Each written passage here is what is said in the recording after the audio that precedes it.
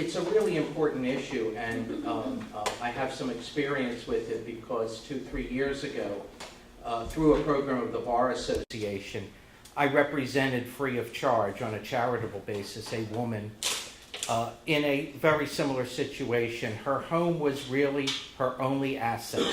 She owned it free and clear.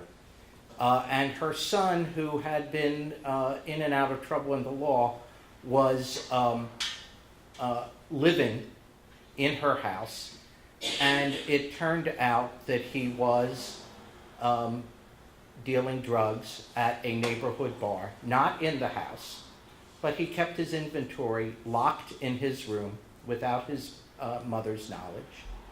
And the district attorney brought a civil forfeiture case against her to take her house on the ground that it had been used as a means for drug dealing, even though she had no knowledge of it and certainly did not consent to it. And there was no issue that the only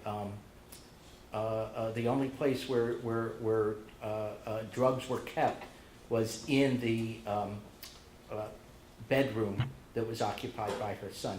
Fortunately, we were able to work out a deal with the district attorney, but the deal meant that her son had to leave the house.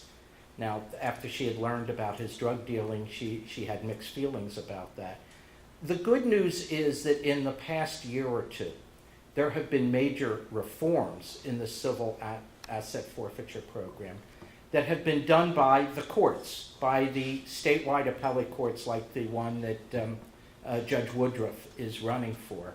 And it's just another example of how important it is to have judges who have the empathy to understand that this isn't simply a matter of just applying rules.